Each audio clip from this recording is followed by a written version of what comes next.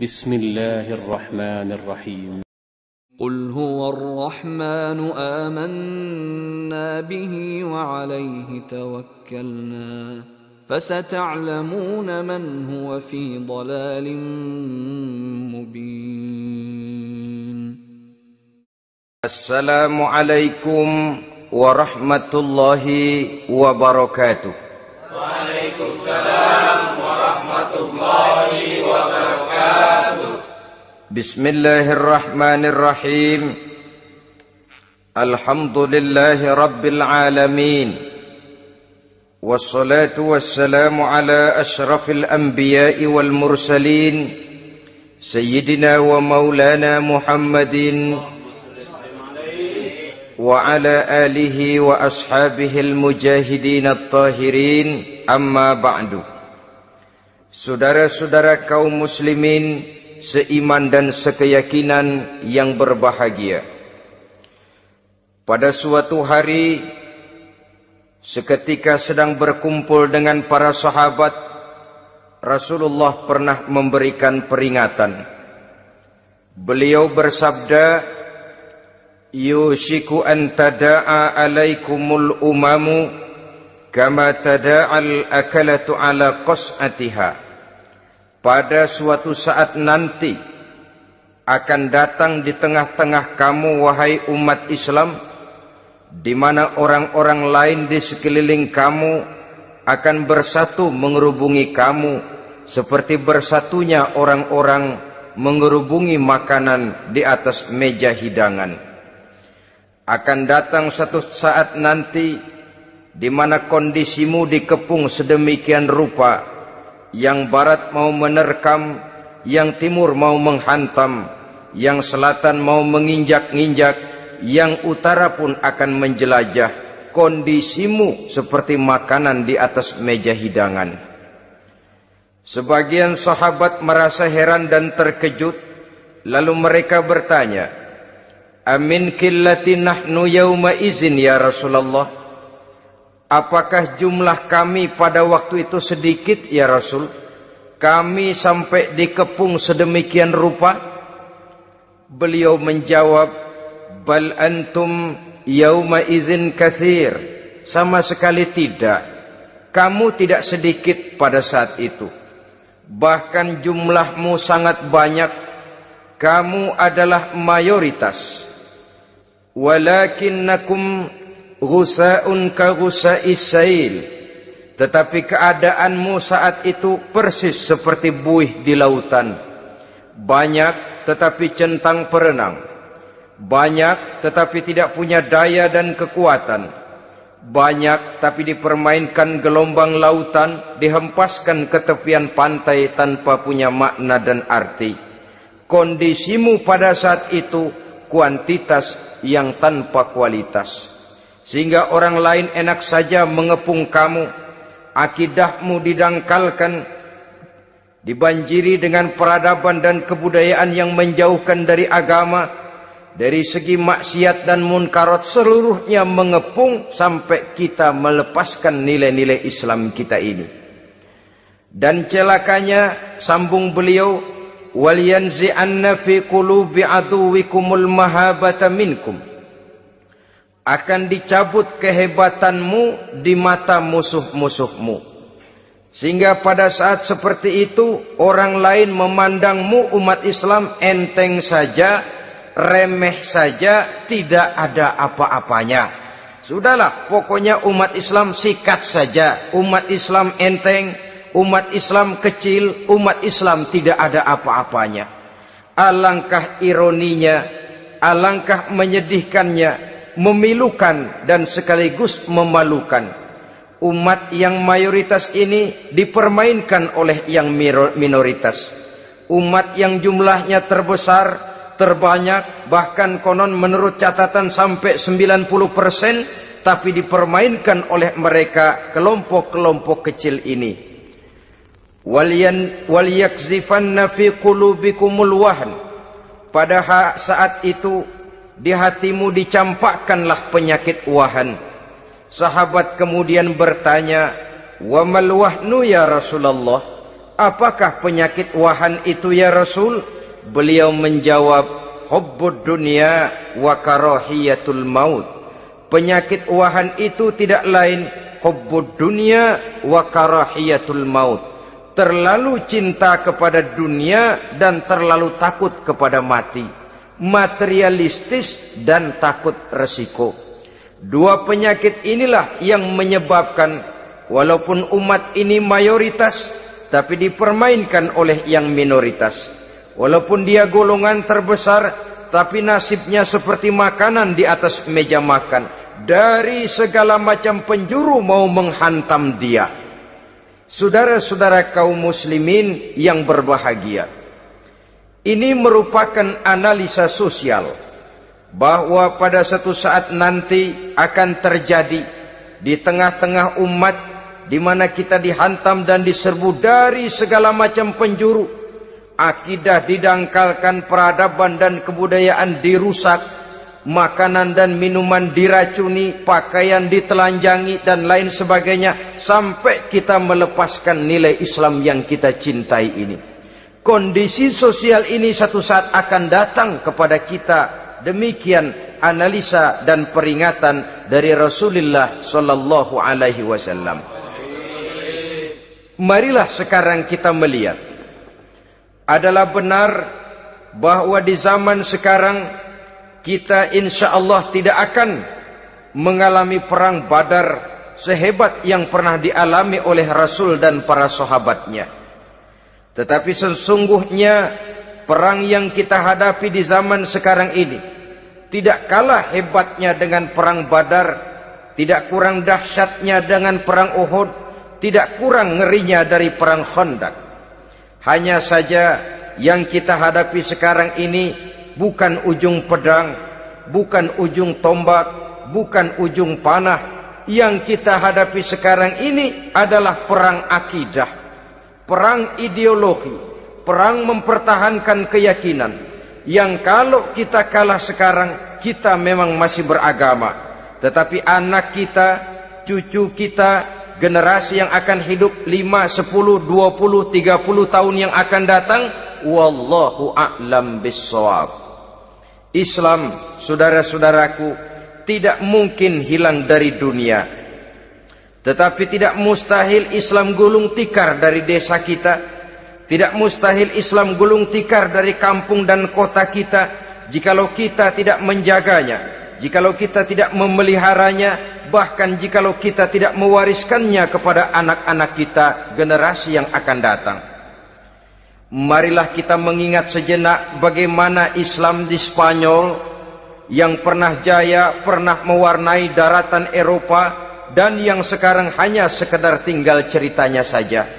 Ini pernah diperingatkan oleh Rasul dalam satu hadis, sayati ala ummati zamanun la yabqal Islam illa ismun wala minal Quran illa rasmun.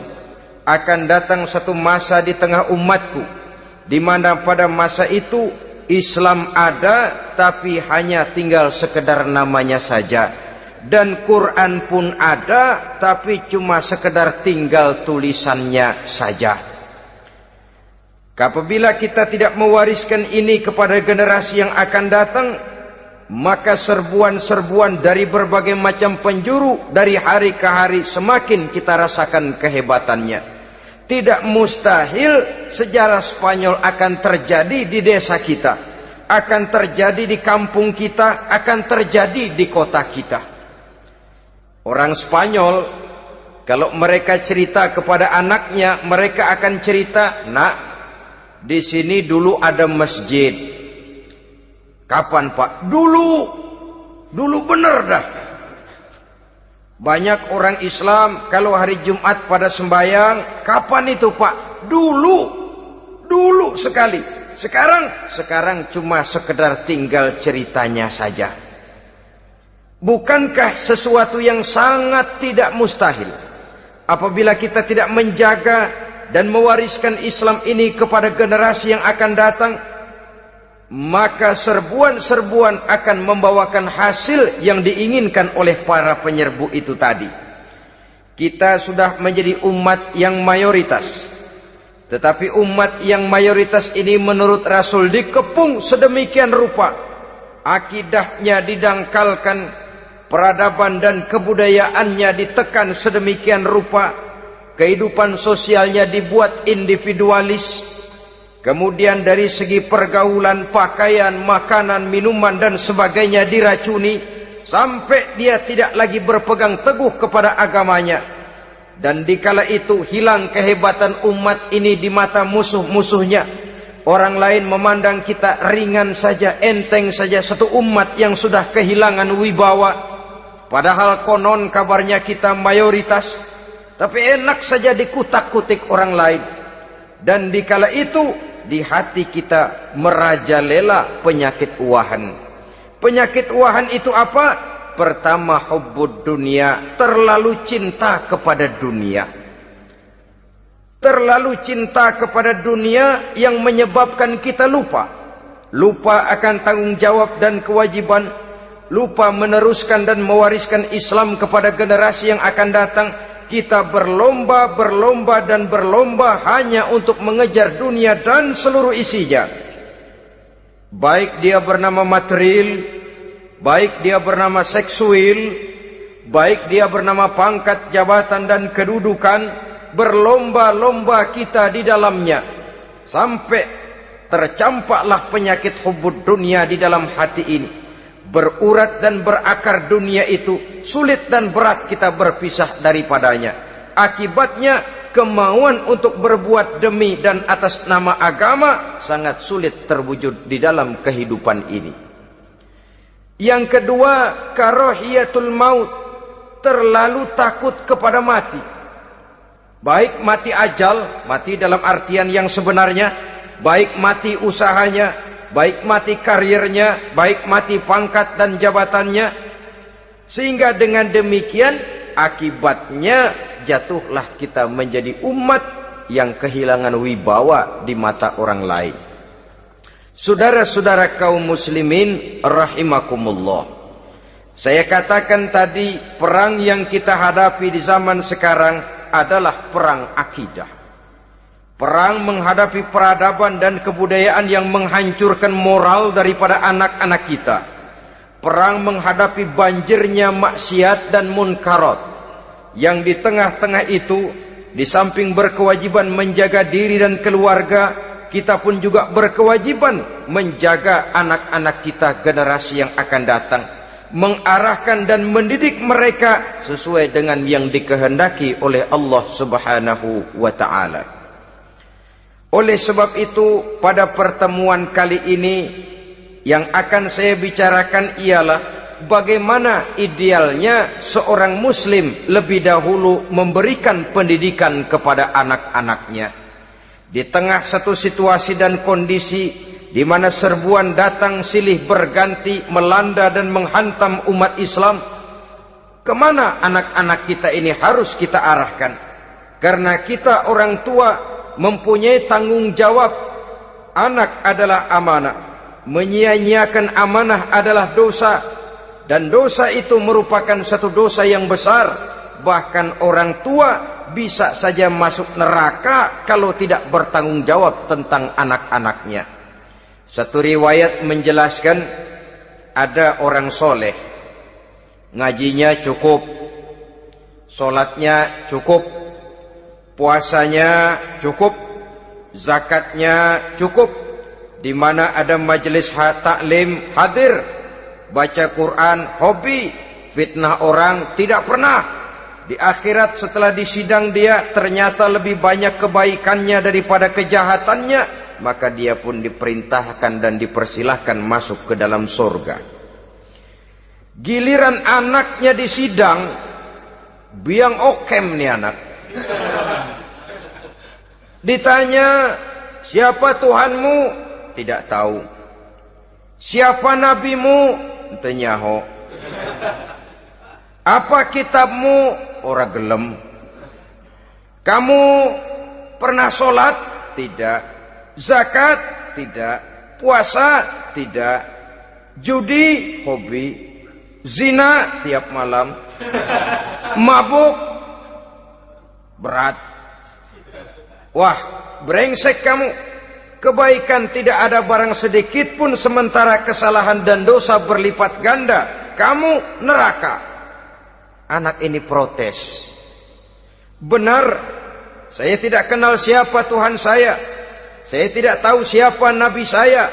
Saya tidak tahu kitab suci dan kiblat saya. Saya tidak sholat, tidak zakat, tidak puasa. Tiap malam saya judi, saya zina, saya mabuk. Tapi saya kerjakan semua itu karena saya tidak tahu dan orang tua saya tidak pernah memberitahu saya. Dia enak-enakan hadir di majelis taklim, saya nyekek botol, didiemin saja. Dia enak-enakan baca Quran, saya zina, didiamkan saja. Saya bukan tidak mau, orang tua saya sama sekali tidak pernah mendidik saya. Dia mau benar sendiri. Maka kalau sekarang saya harus masuk ke dalam neraka, saya menuntut agar orang tua saya ikut sama-sama bergabung dengan saya ke dalam neraka. Gara-gara dia tuh saya jadi begini. Orang tuamu yang mana? Tuh, yang barusan mau ke surga. Ini orang tua yang sudah mau berangkat ke surga dipanggil. Sebentar dulu, Mas. Ini benar anak kamu? Iya, Pak. Waktu di dunia kamu tidak pernah ajarin dia ngaji? Sampai dia tidak kenal Tuhannya, tidak kenal nabinya, tidak kenal kiblat dan kitab sucinya? Iya, Pak. Dia tidak sholat, kamu diamkan saja. Dia tidak puasa, tidak zakat, kamu bersikap masa bodoh. Bahkan dia judi, dia zina, dia mabuk, kamu pun berdiam diri saja. Iya, Pak. Tahukah kamu bahwa anak ini adalah amanah? Menyia-nyiakan amanah artinya khianat, dan khianat adalah dosa yang sangat besar. Kamu tidak bertanggung jawab, maka kamu, anakmu gabung ke dalam neraka. Saudara-saudara kaum muslimin rahimakumullah, itu sebabnya Allah pesan benar-benar, ya ayyuhalladzina amanu qu anfusakum wa ahlikum nara. Hai orang-orang yang beriman, jaga dirimu dan keluargamu, istri, anak, orang-orang yang menjadi tanggung jawab dan kewajiban kita, jaga dan pelihara mereka dari api neraka. Saudara-saudara kaum muslimin, lalu kalau kita orang-orang tua yang hidup di zaman sekarang ini sudah sering beristighfar, mengurut dada, melihat situasi, membaca peta keadaan, konon tantangan yang akan dihadapi oleh anak-anak kita 15, 20, 25 tahun yang akan datang jauh lebih berat dari apa yang kita hadapi sekarang ini. Maka adalah wajar jika kita sebagai orang tua yang cinta kepada agama, cinta kepada anak-anak kita, berpikir untuk mewariskan nilai-nilai yang luhur ini kepada anak-anak kita generasi yang akan datang. Bagaimana pada mulanya kita harus mendidik mereka? Mari kita telusuri apa yang dicontohkan oleh Al-Quranul Karim. Orang-orang tua bijaksana yang diceritakan dalam Al-Quran, kalau sudah berpikir tentang anak-anaknya generasi yang akan datang, pendidikan pertama yang diberikan kepada anaknya ternyata adalah persoalan akidah. Nabi Ibrahim, pertanyaan yang paling merisaukan beliau buat anak cucunya ialah, ma ta'buduna min ba'di. Saudara bisa lihat surah Al-Baqarah ayat 133. Anak-anakku, kalau pada satu saat nanti aku, ayahmu ini sudah tidak ada lagi, meninggalkan kamu semua, meninggalkan kehidupan dunia ini, ma ta'buduna min ba'di, apa yang akan kamu sembah nak kalau ayah sudah tidak ada lagi? Jikalau ayahmu sekarang masih rajin ke masjid, melakukan rukuk dan sujud, i'tikaf dan membaca Quran, kalau satu saat ayahmu meninggalkan dunia ini, masihkah engkau mau ke dalam masjid? Masihkah engkau rukuk dan sujud? Masihkah engkau i'tikaf? Ma ta'buduna min ba'di, apa yang akan kamu sembah kalau aku ayahmu tidak ada lagi nak? Ditanamkan bukan hanya keyakinan bertauhid sekaligus juga menyembah kepada Allah yang kita yakinkan dengan tauhid itu tadi. Bukankah berbeda dengan kita kebanyakan orang tua sekarang? Kita tidak pernah berpikir ma ta'buduna min ba'di. Kalau bapak tidak ada, kamu nyembah apa nak? Kita orang tua sekarang pagi-pagi malah berpikir ma ta'kuluna min ba'di. Kalau bapak enggak ada, kamu nanti makan apa nak? Bukan nyembah apa yang kita pertanyakan, bukan nyembah apa yang kita khawatirkan, makan apa nak? Maka yang dicari lalu sekolah-sekolah yang bonafit, yang tidak peduli apakah itu merusak imannya, mematikan akidahnya, menghancurkan keyakinannya. Yang penting ada jaminan hari depan bisa dapat lapangan kerja. Akibatnya berduyun-duyun orang-orang tua muslim menyekolahkan anaknya di sekolah-sekolah yang bukan Islam, yang nyata-nyata membahayakan akidahnya, dididik dengan kultur dan budaya yang bertentangan dengan nilai-nilai agamanya. Bukankah ini berarti merelakan anak untuk dikafirkan? Bukankah ini artinya menyerahkan anak untuk ditulis menurut selera para pendidik yang tidak sesuai dengan nilai akidah yang dimilikinya? Mengapa kita tidak berpikir seperti Nabi Ibrahim, yang sebelum memberikan pendidikan kecerdasan, sebelum pendidikan matematika, IPS, PSPB dan disiplin ilmu lainnya, yang pertama ditanamkan ma ta'buduna min ba'di. Kalau ayahmu tidak ada, kamu menyembah apa nak? Menyembah Allah apa nanti malah menyembah harta? Menyembah Allah apa nanti malah mendewa-dewakan pangkat dan jabatan? Menyembah Allah apa malah nanti menyembah alam? Itu yang dikhawatirkan Nabi Ibrahim kepada generasi yang akan datang. Dan itu saudara-saudara yang seharusnya mengkhawatirkan kita kepada anak-anak kita, generasi yang akan datang. Lihatlah serbuan akidah di zaman sekarang ini. Dimanfaatkan kemiskinan kita umat Islam. Diberikan kita tawaran berupa beras, pakaian, obat-obatan, kalau perlu beasiswa, asal bisa melepaskan keislaman kita ini. Bertahap, sedikit demi sedikit, step by step, shibran bi shibrin wa zira'an bi zira'in. Dan harus saya ingatkan, orang di zaman sekarang tidak mungkin menghantam Islam secara frontal. Tidak mungkin menghantam Islam terang-terangan, apalagi mengerahkan satuan militer. Tidak. Orang berhitung bagaimanapun kondisi dan kualitasnya umat Islam, mereka masih punya satu modal penting, fanatisme agama. Kalau ini disulut, api jihad segera berkobar, dan hanya maut yang bisa menghentikan orang yang dibakar dengan semangat jihad. Orang tahu itu. Betapa Uni Soviet kedodoran menghadapi mujahidin Afghanistan yang disulut oleh semangat jihad yang berkobar dengan persenjataan yang primitif ketimbang persenjataan Uni Soviet. Entah mereka pantang surut mundur ke belakang. Jadi jangan mimpi bahwa orang mau menghantam Islam ini dengan melarang pengajian, meruntuhkan masjid, menyegel pondok pesantren. Tidak. Melarang orang sholat. Tidak. Kalau perlu masjid diperbanyak, musola diperbesar. Tapi bikin itu masjid seperti museum. Besar, megah, mercusuar, tapi bikin seperti museum. Tempat orang kagum, tempat orang memuji, tapi sunyi dari nilai-nilai ibadah. Saudara-saudara kaum muslimin, untuk sampai kepada penghantaman akidah, jalan yang paling mudah dirintis sekarang ini secara bertahap dan sistematis, memisahkan umat Islam dari Islamnya. Biarkan mereka bernama Muslim. Biarkan di atas kartu penduduknya tertulis agama Islam.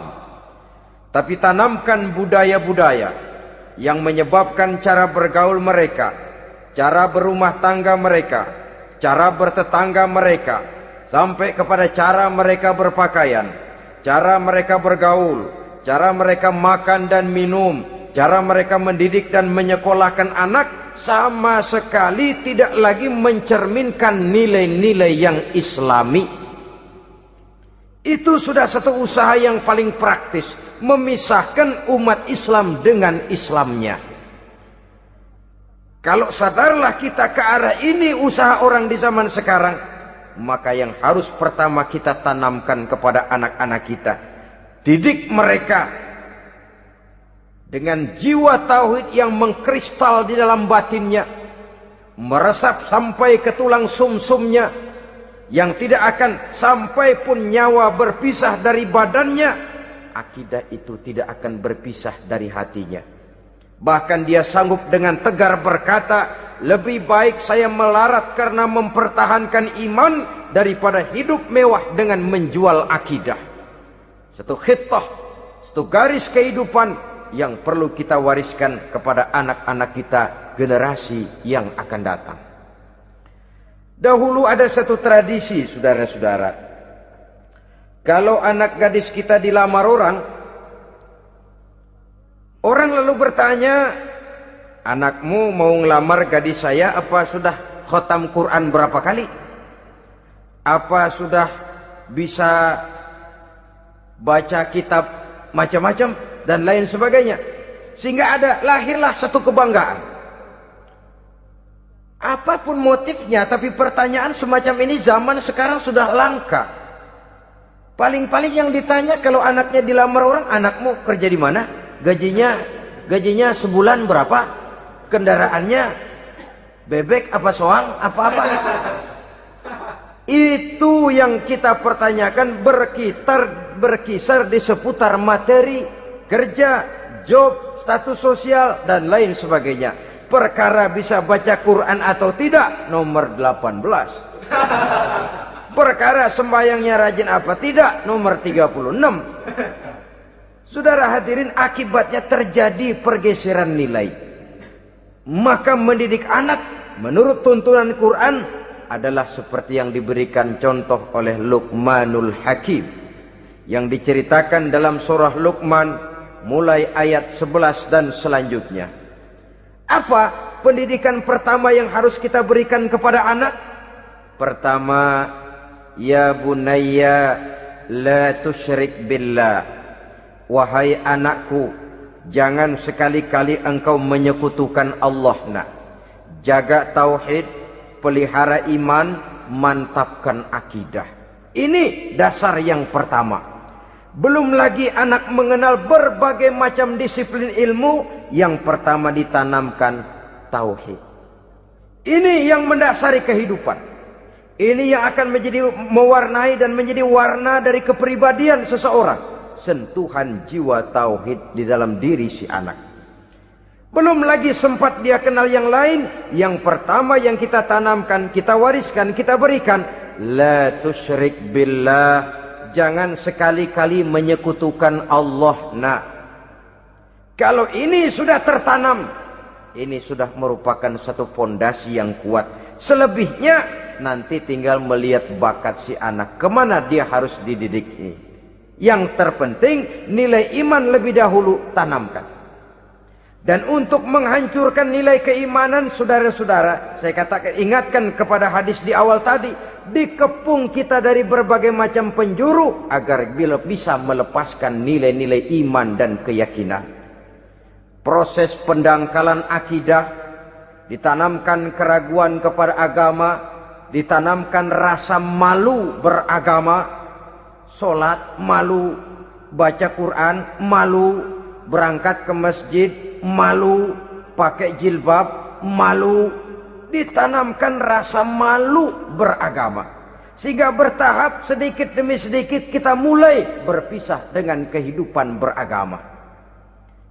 Ditanamkan hal yang sedemikian rupa dari berbagai macam penjuru. Dihantam akidah, akidah kuat, dihantam dari segi peradaban dan kebudayaan, Diperbanyaklah peradaban dan kebudayaan yang bukan mendekatkan kita dengan agama, malah mendekatkan kita dengan neraka. Menjauhkan kita dari agama, menjauhkan kita dari nilai-nilai luhur yang diwariskan oleh orang-orang tua kita terdahulu. Adalah kewajiban kita yang pertama, mendidik anak, menanamkan roh, jiwa, dan semangat tauhid di dalam diri mereka. Saudara-saudara kaum muslimin rahimakumullah. Kenapa kita lebih dahulukan menanamkan jiwa, roh, dan semangat tauhid ini kepada anak-anak kita?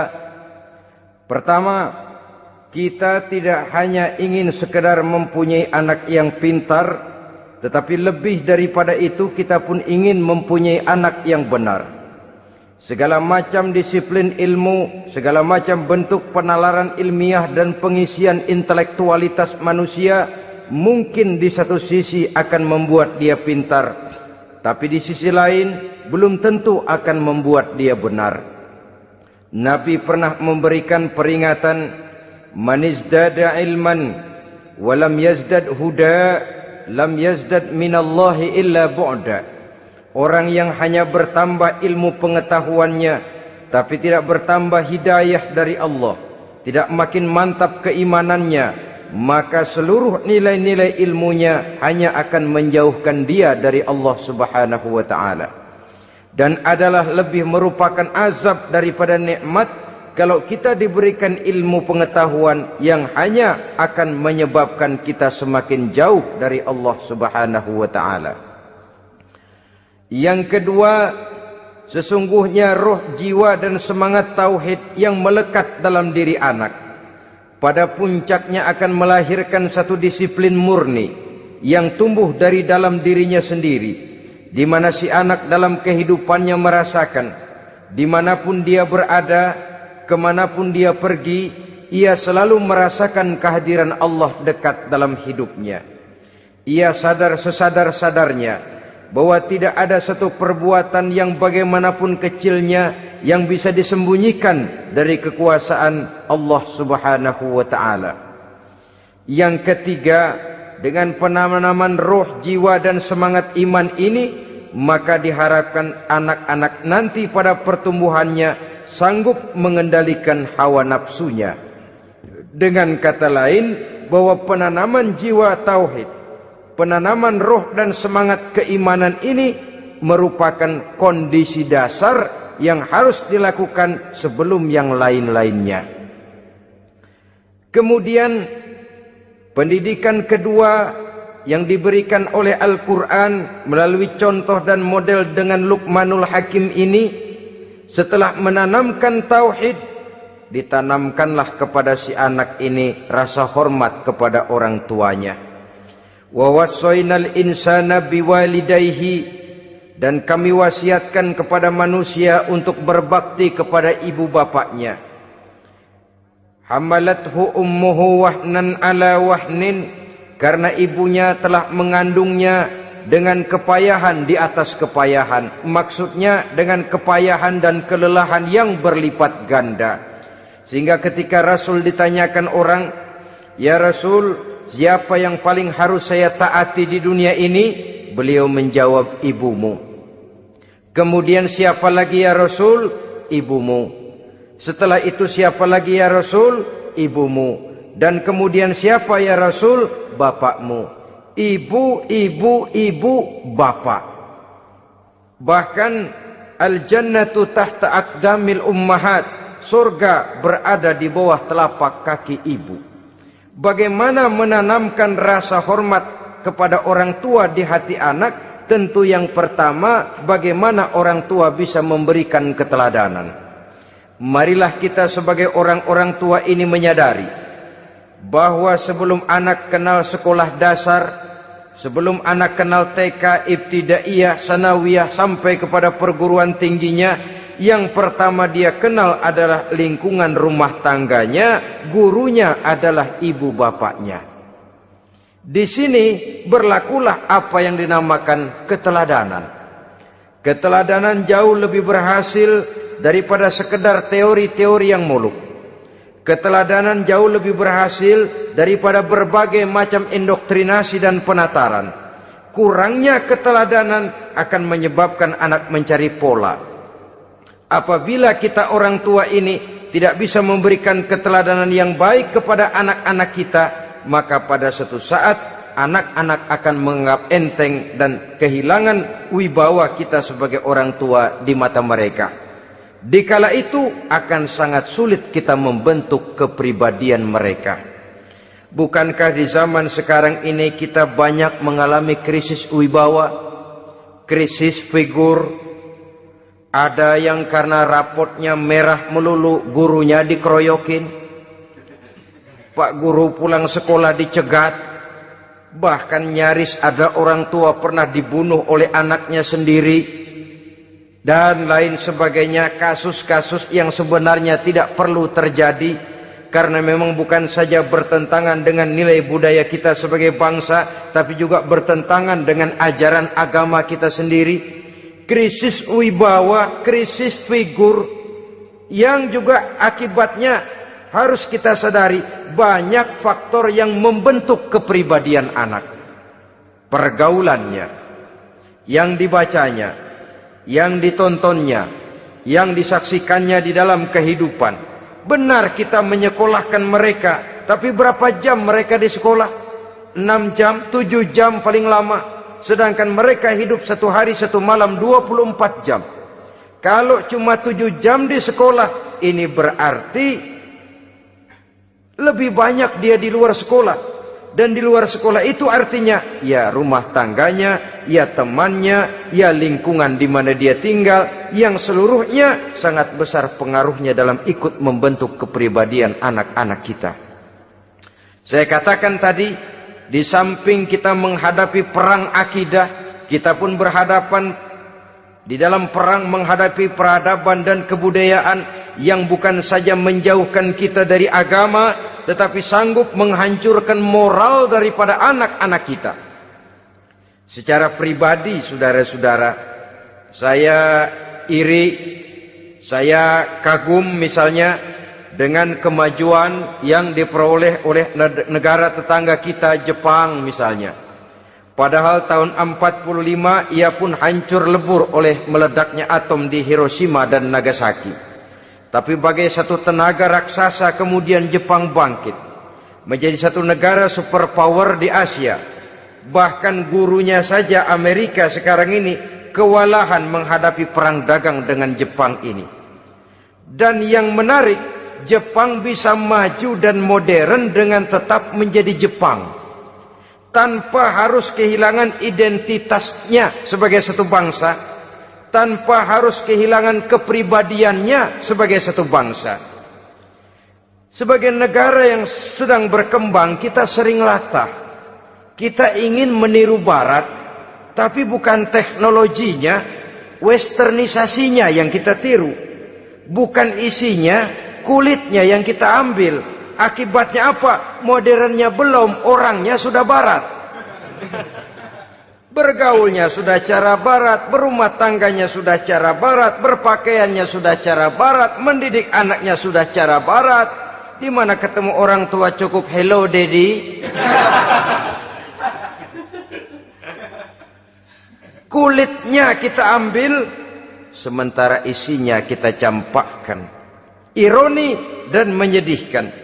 Padahal kita sesungguhnya bisa maju dan modern, bisa mengejar segala ketinggalan dan keterbelakangan kita dengan tetap menjaga nilai-nilai luhur budaya kita sebagai satu bangsa, mengambil isinya, dan kalau memang tidak perlu lalu mencampakkan kulitnya.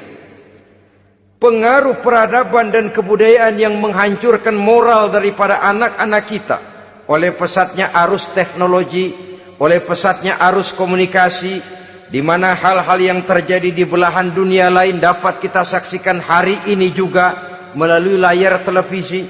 Yang terjadi di Amerika, di Eropa, di Afrika, di ujung dunia yang paling ujung sekalipun. Di ujung dunia yang paling ujung, hari ini kejadian, hari ini sudah bisa kita saksikan. Pesatnya arus komunikasi, kalau jatuh ke tangan anak-anak kita yang belum mempunyai filter, daya saring positif, akan dicerna oleh mereka tanpa memilah dan memilih. Akibatnya orang kampung bilang kelolodan. Makan nggak dikunyah lagi, tentu saja akhirnya kelolodan. Dan kalau sudah kelolodan, menyusahkan kita seluruhnya. Oleh karena itu budaya menghormati orang tua perlu dijaga, perlu dipelihara dan diwariskan kepada anak-anak kita. Tali silaturahmi sehingga ada respeknya kepada orang tuanya. Jangan bapaknya dianggap CS, ibunya dianggap CS, kakeknya dianggap CS. Hilang rasa respek, hilang rasa menghormati. Sementara orang tua sendiri tidak bisa memberikan keteladanan, kurang mendapat perhatian dan lain sebagainya. Apalagi kalau baik ibu maupun bapak adalah orang-orang karier yang setiap hari sibuk menghadapi tugas masing-masing. Bapak sibuk rapat, pindah kantor sana kantor sini, ibu sibuk arisan, besarlah anak-anak di tangan pembantu dan lain sebagainya, sehingga dia merasa kurang mendapat perhatian, dan ini akan ikut membentuk warna dari kepribadian yang dimilikinya. Sampai kepada pelosok-pelosok desa, jaringan televisi memang menguntungkan. Tapi kalau sudah sampai kepada menayangkan budaya-budaya yang tidak sesuai dengan pola di mana mereka tinggal, pola lingkungannya, dan ingin mereka terapkan dalam kehidupan, ironi dan menyedihkan. Maka sering dikatakan, jikalau ABRI masuk desa, rakyat beruntung. Jikalau listrik masuk desa, rumah jadi terang. Jikalau koran masuk desa, rakyat jadi cerdas. Jikalau hakim masuk desa, rakyat lalu sadar hukum. Tapi jikalau maksiat dan munkarot masuk desa, minuman keras masuk desa, judi masuk desa, pelacuran masuk desa, rakyat tentu kiamat. Dan kita harus punya budaya untuk memilah dan memilih, mempunyai filter untuk jadi daya saring positif. Oleh karena itu saudara-saudara, tahap kedua setelah menanamkan jiwa tauhid kepada anak, tanamkan rasa hormat kepada orang tuanya. Orang tua itu ibu bapaknya, orang tua itu guru-gurunya yang mengajarkan dia, atau yang dianggap tua yang lebih senior dari dia. Karena tidak ada satu peradaban yang berdiri sendiri. Bagaimanapun maju dan modernnya kita sekarang, tentu merupakan mata rantai yang berkaitan dari generasi terdahulu. Ini yang kedua. Setelah tauhid, berbakti kepada ibu dan bapak. Tidak ada satu kebahagiaan yang bisa ditegakkan di dunia ini tanpa doa, tanpa restu daripada ibu dan bapak. Ini keramat hidup.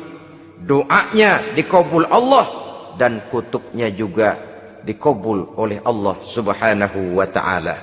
Jadi mendidik anak setelah menanamkan jiwa tauhid, menanamkan rasa hormat dan taat berbakti kepada ibu bapaknya. Itu yang kedua. Kemudian yang ketiga, melalui model Luqman, Quran mendorong kita untuk mendidik anak, menanamkan etika otonom. Apa itu? Ya bunayya, innaha in taku mithqala habbatin min khardalin fatakun fi sakhratin aw fis samawati aw fil ardi ya'ti biha Allah. Wahai anakku, sesungguhnya kalau ada satu kebaikan yang kamu kerjakan, kecil, tidak nampak oleh pandangan mata yang zahir, yang kecil itu tersembunyi di puncak langit, di dasar bumi yang paling dalam, atau di tengah batu hitam sekalipun, Allah pasti mengetahuinya dan pasti akan memberikan balasan yang seadil-adilnya. Pendidikan apa ini? Pendidikan moral, menanamkan etika otonom. Nah, kau berbuat baik jangan karena dilihat orang. Kau tidak mau melakukan kejahatan jangan cuma karena ada polisi. Kalau ada polisi kau tidak mau jahat, kucing juga begitu. Coba lihat kucing, taruh ikan asin di piring kaleng, tongkrongin. Aduh, kucing kalem, sopan, tenang. Sedikit kita lengah, habis ikan digarap. Tapi ditanamkan satu kesadaran, kemanapun kau pergi nak, apapun yang kau kerjakan, tersembunyi di tengah batu, di dasar bumi, di puncak langit, Allah pasti tahu. Dalam bahasa yang ringan, nak, kita ini diawasi oleh 2 hiperkomputer yang maha sensitif, produksi langit, mereknya Rokib dan Atid. Itu komputer yang sangat peka dan sensitif. Jangankan kita berbuat, kita berniat baik saja, komputer sudah nyatat sendiri. Inilah yang orang sekarang namakan waskat, nak, pengawasan malaikat. Kalau hidup sudah merasa diawasi oleh malaikat, waskat berhasil.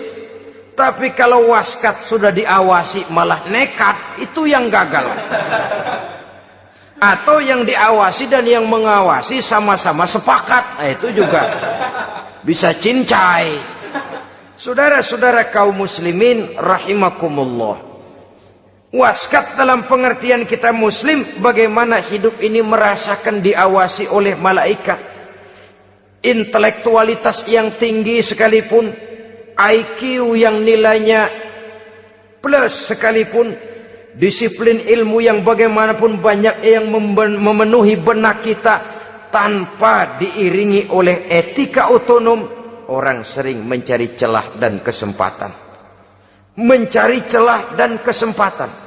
Tapi kalau sudah merasa, kemanapun saya pergi, dimanapun saya berada, kebaikan bagaimanapun sekecilnya saya lakukan, toh Allah pasti akan memberikan balasan.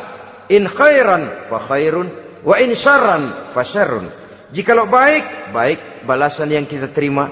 Jikalau jahat, jahat kejahatan yang kita terima.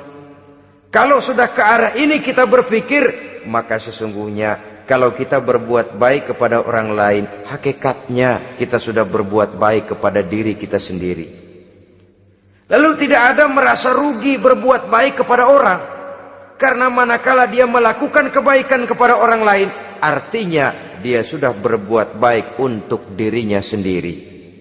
Jadi setelah tauhid, kemudian berbakti kepada ibu bapak, yang ketiga baru pendidikan tentang akhlak, tentang moral. Pola ini yang sering terlupakan oleh kita, bahwa bagi kita itu pendidikan tidak lain upaya mencerdaskan otak anak. Jangan sampai sebab ini kelihatannya pembangunan makin maju, persaingan hidup makin tajam, tensi ekonomi semakin tinggi, sementara jumlah tenaga kerja dengan lapangan kerja yang tersedia jauh dari mencukupi. Jikalau tidak membekali anak dengan pendidikan yang menunjang lapangan pekerjaan, orang tua khawatir, takut sekali anaknya jadi gelandangan. Dikhawatirkannya kehidupan dunia ini, sementara dia lupa kalau anaknya bisa jadi gelandangan di akhirat. Padahal selama-lamanya gelandangan di dunia, paling seumur manusia itu 60 tahun, 70 tahun lah umur orang sekarang. 70 itu sudah luar biasa itu.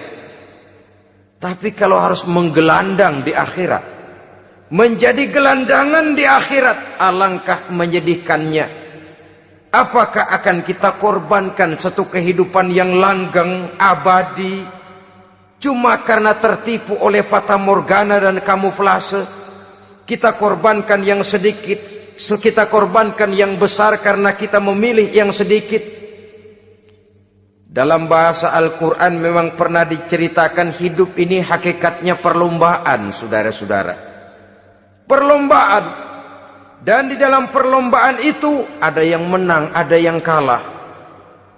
Al-Quran lalu memberikan peringatan, Alhaakumut takatsur, kamu telah lalai karena berlomba-lomba memperbanyak harta, mempertinggi pangkat dan kedudukan, hatta zurtumul maqabir, sampai kamu akan masuk ke liang kubur baru sadar. Apalagi kalau nafas sudah sampai di tenggorokan. Persis Fir'aun sudah tenggelam di lautan merah, mau mampus, baru dalam sekaratnya amantu bi Rabbi Musa wa Harun, Kalau begini caranya, saya juga percaya kepada Tuhan Musa dan Harun. Percaya kepada Allah. Sudah mau mati, baru amantu bi Rabbi Musa. Kami percaya kepada Tuhan Nabi Musa, kata Fir'aun. Malaikat maut kesel benar, dilelepin terus di laut. Mampus tuh sekalian. Hidup ini memang kita berlomba. Berlomba dengan waktu, berlomba dengan umur, berlomba dengan tenaga, berlomba dengan tetangga. Yang jangankan kita sampai mundur, berhenti saja sejenak, kita akan ditinggalkan oleh yang lain. Tiada kata mundur, bahkan tiada kata berhenti. Sekali kita melangkah, melangkahlah terus. Tapi berlombalah seperti yang dikehendaki Quran. Fastabiqul khairat. Berlomba-lombalah di dalam kebajikan. Jangan berlomba-lomba di dalam kemaksiatan, kemunkaran, kejahatan. Berlombalah dalam urusan kebaikan. Saudara-saudara kaum muslimin rahimakumullah. Tauhid, berbakti kepada ibu bapa, kemudian pendidikan tentang moral. Apabila pendidikan tentang moral sudah tertanam, barulah lihat bakat si anak. Kemana bakatnya? Anak saya kelihatannya dari kecil demennya main bedil-bedilan saja. Abri kali itu. Kirim ke Magelang, masukkan akabri. Tapi dengan syarat 3 itu tadi. Iman sudah tertanam, rasa bakti kepada ibu bapak sudah ada, dan punya nilai moral. Sehingga boleh jadi nanti dia menjadi jenderal yang beriman, yang berbakti kepada ibu bapaknya, dan punya moral yang tinggi. Kan lebih baik rakyat rendah tapi akhlaknya tinggi, daripada pejabat tinggi tapi moralnya rendah. Jauh lebih baik rakyat rendah punya moral tinggi ketimbang pejabat tinggi punya moral rendah. Nilai moral ini yang jadi ukuran dan barometer di masyarakat. Yang ini yang sering kita lupakan, bahwa kehancuran satu bangsa dimanapun di dunia ini selalu dimulai dengan kehancuran moral daripada bangsa itu sendiri. Sekarang membina nilai moral ini berat. Gadis kita, remaja, putri, diberikan pakaian jilbab, mungkin dia sendiri masih setengah-setengah, ditambah lagi oleh ledekan temennya. Jilbab lah kuno. Bau sorga lah, bau masjid lah, bau menyan lah. Ditanamkan rasa malu untuk hidup dekat dengan agama. Kalau moral semacam ini sudah tertanam, sedikit demi sedikit kita mulai mengucapkan selamat tinggal kepada agama. Dan kemalangan apa yang lebih malang kalau kita sudah jauh dari agama ini? Bukankah Islam telah menyelamatkan manusia dari penyakit jahiliyah dan membawanya kepada satu kehidupan yang maju dan modern? Kalau kita tinggalkan Islam ini, bukankah artinya kita akan kembali kepada satu zaman jahiliyah? Hanya saja jahiliyah itu berada di abad modern. Versinya tentu lebih modern. Kalau zaman jahiliyah dulu mabuknya pakai arak, zaman sekarang sudah macam-macam orang bisa mabuk. Kalau zaman jahiliyah dulu anak perempuan dikubur hidup-hidup, zaman sekarang kadang-kadang belum sempat lahir ke dunia, malah sudah dibunuh lebih dahulu. Versinya saja yang berbeda. Kalau di zaman jahiliyah dahulu manusia menyembah batu yang bernama Latta, Uzza, Manat dan Hubal. Di zaman jahiliyah modern sekarang ini, orang sering menyembah kepala bagiannya, sering menyembah atasannya, sering menyembah komputer, sering menyembah teknologi modern yang lebih diyakininya daripada Allah sebagai keyakinan sentral di dalam hidupnya. Saudara-saudara kaum muslimin rahimakumullah. Jadi yang ketiga, nilai moral yang ditanamkan kepada anak-anak kita supaya dia bisa menghadapi tantangan-tantangan hidup yang semakin berat ini dengan tetap berpegang teguh kepada nilai-nilai moral yang diwarnai oleh jiwa keimanannya yang bersumber dari ajaran agamanya. 3. Kemudian yang keempat, barulah tatanan kehidupan sehari-hari. Apa kata Luqman? Ya bunayya aqimis shalah. Setelah bertauhid, berbakti kepada ibu bapa, punya nilai moral. Ya bunayya aqimis shalah, nak dirikan solat. rumah tangga muslim. Anak berumur 7 tahun sudah berani meninggalkan sholat. Kata Nabi, pukul. Bukan untuk menyakiti, untuk mendidik. Karena sayang kepada anak. Saudara-saudara, kita khawatir betul kepada anak. Kalau dia pulang dari sekolah, buru-buru kita sebagai orang tua bertanya, sudah makan nak? Sudah istirahat nak? Tapi jarang kita sebagai orang tua melontarkan, sudah sholat nak? Bahkan kita bisa memberikan sugesti kepada anak. Nah, kalau kau naik kelas 1 sampai naik ke kelas 2, bapak beliin sepeda. Tamat SD nak, motor.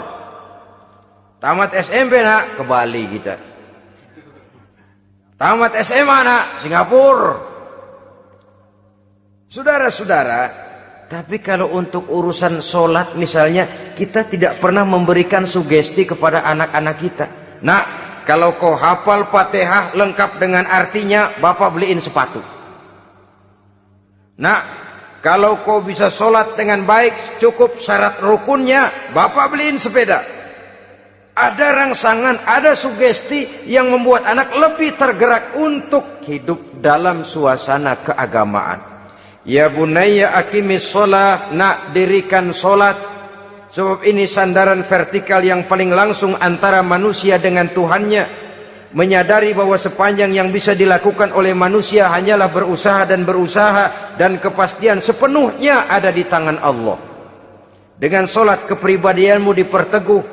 Dengan sholat sandaran vertikalmu kepada Allah diperkuat. Dan pada waktunya nanti Al-Quran memberikan bimbingan, hendaklah minta tolong kepada Allah dengan sabar dan tetap mendirikan sholat. Ya bunayya aqimis sholat. Setelah itu, wa'mur bil ma'rufi wanha 'anil munkar. Tegaklah membina yang ma'ruf, tegaklah mencegah yang munkar. Ini sikap hidup sudah. Sholat tadi tugas hidup. Lalu sikap hidup tampil di tengah masyarakat, membina yang ma'ruf, mencegah yang munkar sesuai dengan kesanggupan masing-masing. Bukankah setiap kita kepingin punya anak yang bermanfaat, setidaknya bagi keluarganya, syukur kalau bisa bagi lingkungannya, bagi masyarakat, bangsa dan negaranya. Dan satu di antara tanda orang yang bermanfaat, kalau dia bisa hidup menjadi penganjur yang ma'ruf dan pencegah yang munkar. Dan itu kalau tidak ada hidayah, sulit orang mau melaksanakan itu.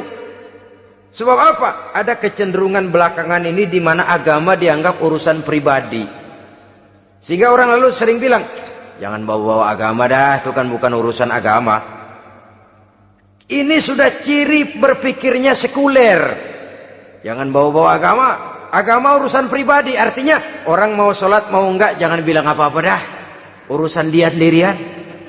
Dia mau puasa dia enggak, merdeka saja, urusan pribadi. Agama bukan persoalan pribadi. Apalagi jika sudah menyangkut amar ma'ruf dan nahi munkar. Siap menegakkan yang baik, mencegah yang munkar, untuk tegaknya satu masyarakat yang diwarnai oleh kebaikan dan terhindar dari segala macam kejahatan. Dan terus ayat-ayat selanjutnya mencerminkan sikap hidup.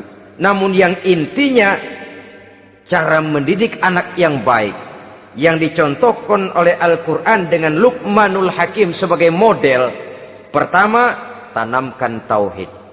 Yang kedua, tanamkan rasa hormat dan berbakti kepada ibu bapaknya. Yang ketiga, tanamkan moral, nilai akhlak yang tinggi. Setelah itu yang keempat, biasakan hidup dalam suasana keagamaan. Kontrollah sholatnya, kontrollah baca Qur'annya, kontrollah puasanya di bulan Ramadan. Ajaklah anak-anak sholat berjamaah, sehingga dengan demikian dia terbiasa oleh satu suasana yang mendekatkan dia dengan nilai agamanya. Dari sana diharapkan nilai-nilai ilmu yang didapatnya dari bangku sekolah akan menciptakan keseimbangan dengan yang ditanamkan oleh orang tuanya dalam bentuk yang dijelaskan oleh surah Luqman itu tadi. Sehingga apabila keseimbangan ini terwujud, akan menjalin keseimbangan dalam pola berpikir, dan keseimbangan dalam pola berpikir akan melahirkan keseimbangan dalam perbuatannya. Terwujudlah kita harapkan insan yang fid dunya hasanah wa fil akhirati hasanah. Inilah harapan kita semua. Mudah-mudahan Allah memberikan kekuatan kepada kita untuk mewariskan nilai-nilai yang baik kepada generasi yang akan datang, sehingga esok harus lebih baik daripada hari ini, dan lusa harus lebih baik daripada hari esok. Terima kasih atas perhatian saudara. Mohon maaf atas segala kekurangan. Usikum wa nafsi bitaqwallah. Wassalamualaikum warahmatullahi wabarakatuh.